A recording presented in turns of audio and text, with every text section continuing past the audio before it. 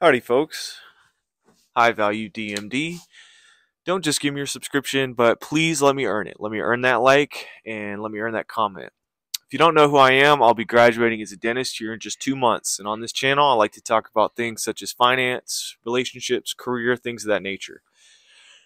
This video is called Men, a Convenient Whipping Post. This is a disturbing pattern to me that I have seen in my experience, and I'm interested to hear what all of you guys may think. It seems like in media, movies, TV shows, men are oftentimes seen as weak, and this isn't a hard and fast rule, right? Because there's people like Mark Wahlberg, Matt Damon, Christian Bale. There's plenty of movies out there that depict men as strong, okay? There's tons of them. You have Sylvester Stallone, too, and all his works. So I'm not going to say that this is just a purely systemic problem where men are a complete joke to all of society. I'm not saying that.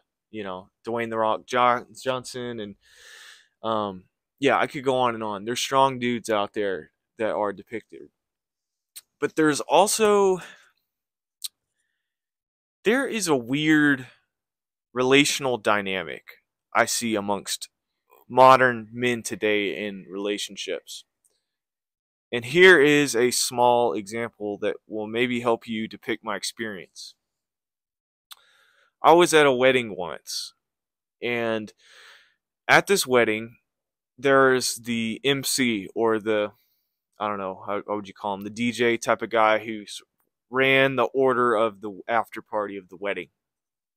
And one activity of a wedding is when a bride and groom, they sit in a chair back to back from each other, and they ask questions, right, to the couple, and they have to raise a shoe indicating who is this or who is more this. And one question that I found off-putting is who wears the pants in the relationship.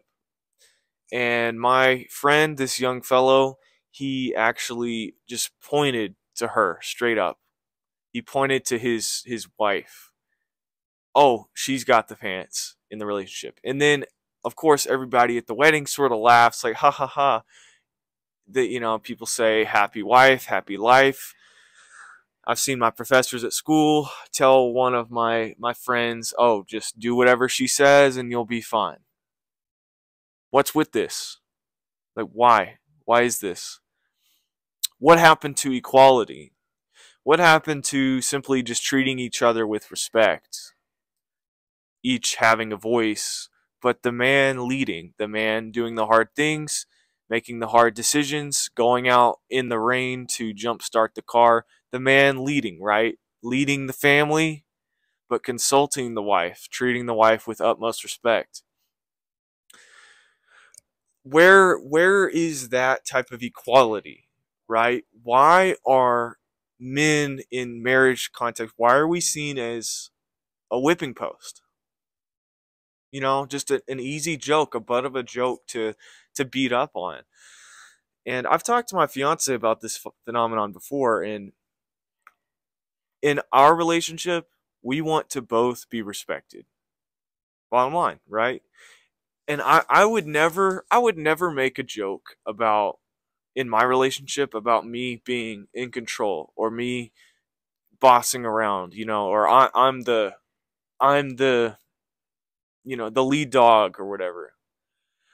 I would never do that. For one, that expresses insecurity, okay? And it's just and it's interesting because if I were to make a joke like that, that would be an uncomfortable joke in social settings. People would look at me weird, and they would think, "Oh wow, this guy is a piece of crap. This guy is you know, he's got problems, he's a narcissist, all that."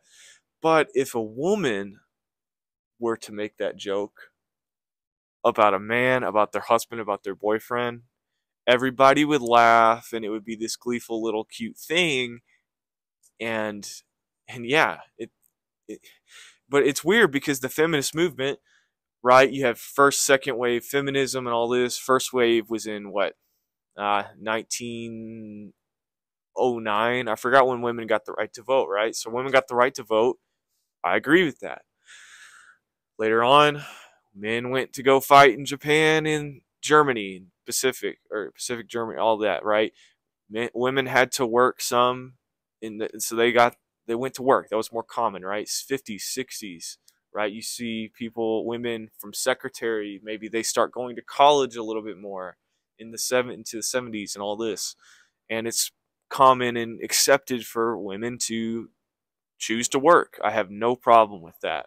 I have no problem with that. I definitely believe in stay-at-home motherhood, right? I believe that's a great thing, and if you can afford it, you can swing that. I want to do that in my own household. Have my future wife stay at home. Okay, so no one disagrees with that, right? But then we get into the third wave, maybe the fourth wave feminism, like the postmodernist stuff, and then that's where it's no longer necessarily just about equality. It's about how can women be better, right? How can we atone for the past, atone for all of this toxic masculinity, and how can women actually be better? I think a fair bit of women actually they don't want to say, they don't want to outright say it, oh, we want to be more, or we want to be better. But I think that is the narrative being pushed by the media and by certain uh, think tanks, progressive think tanks. What happened just to plain equality? What happened to treat each other with respect? You know, hey, like it makes sense to me, right? I would never joke about my spouse in our relationship dynamic.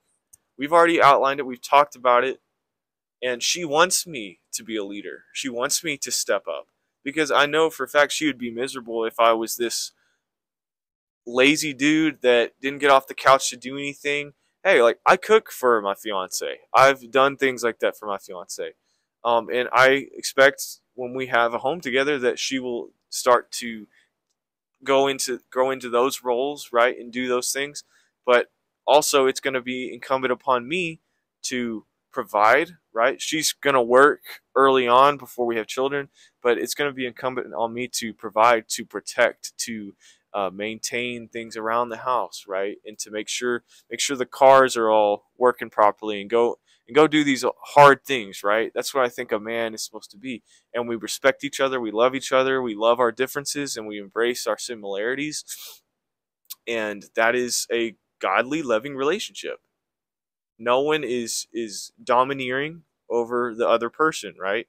And if she gets out of line, I'll correct her. If I get out of line, she'll correct me.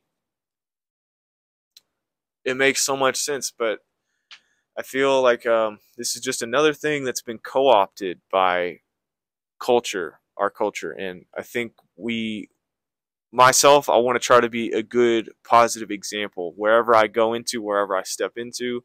I want to be able to hold my frame.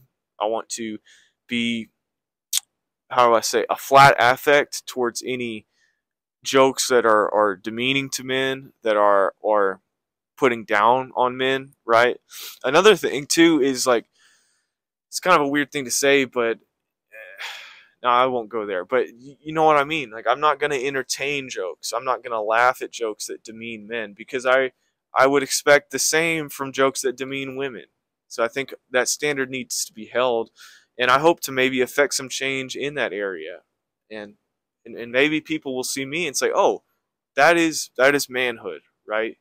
That is what a man is supposed to be. Some self-respect, respecting others, right? Integrity, right? Integrity in all business dealings and all dealings with his fellow man.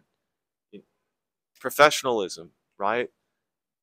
A hard worker going after a career, things like that. Not some not some whipping post guy who gets beat up on all the time by his wife, and who is just I mean, I guess you could say beta. I don't like to ascribe to myself, oh, the alpha this. I think that's kind of cornball stuff. But anyway, I hope that this is making some sense to you guys, and I want to know what your experiences are. Have you ever been the butt of a joke just because you're a man in a situation? Have you noticed any jokes about masculinity? let me know below, and I hope I earn that subscription, earn that like, and earn that comment. Until next time.